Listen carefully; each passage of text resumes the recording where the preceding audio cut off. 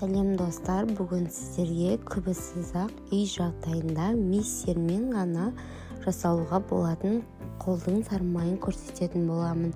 Дәмі деген ерекше, тіпті дәмді болып шығады. Жасап үй ішіңізді қуантыңыздар.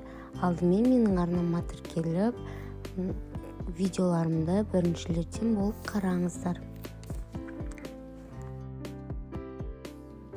Ең алдымен табиғи қолдың сүтін пісіріп, суығанша қалдырамыз. Сүтіміз суып болғаннан кейін бетінде осындай қаймақ пайда болады. Сол қаймақтарды біз бөлек алып аламыз. Бөлек алып ыдысқа жинаймыз. Яғни мен шамамен 2 аптадай, 1 аптадай осындай қаймақты сүтті пісіріп, қаймағын жинадым. Және ол қаймақтарды мен мұздатқышқа салып сақтадым. Әйтпесе біз тоңазытқышқа салатын болсақ, біздің қаймақтарымыз иістеніп кетеді, айнып кетеді. Сондықтан мен оның барлық қаймақты жинап, күнде жинап отырып, тоңазытқышта емес, мұздатқышта сақтадым. Сосын 1 күн бұрын, май жасардан 1 күн бұрын алып, оны ерітіп алдым. Сосын барлық қаймақтарды миксермен жақсылап араластырдым.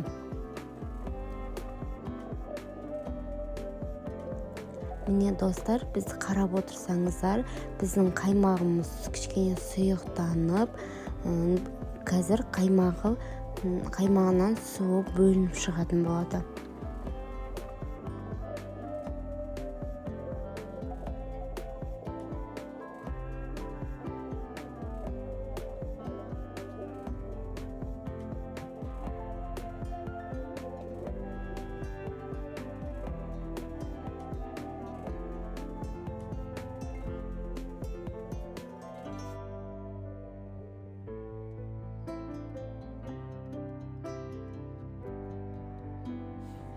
Мен енді біздің майымыз бен суымыз бөлініп жатқан кезде мен оны үлкенде ыдысқа ауыстырып алдым.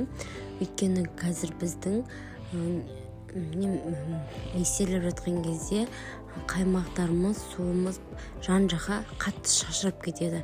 Сондықтан үлкен ыдысқа араластырған жақсы. Міне біздің майымыз толықтай ажырап шықты. Енді оны бөлек ыдысқа бөліп аламыз. Майларын бір-біріне ажыратып аламыз.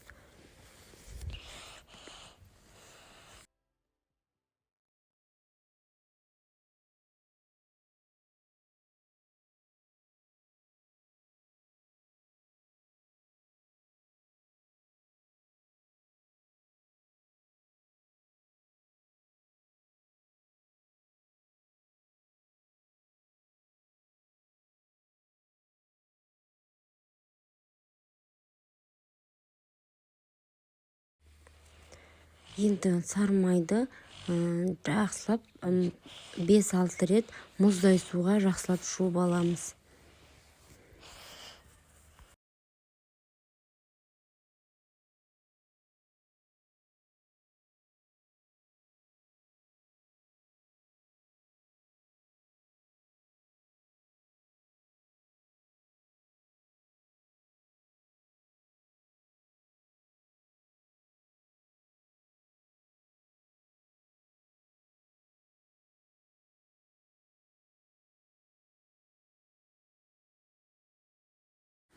Мен майдың барлығын 5-6 рет жуып алдым.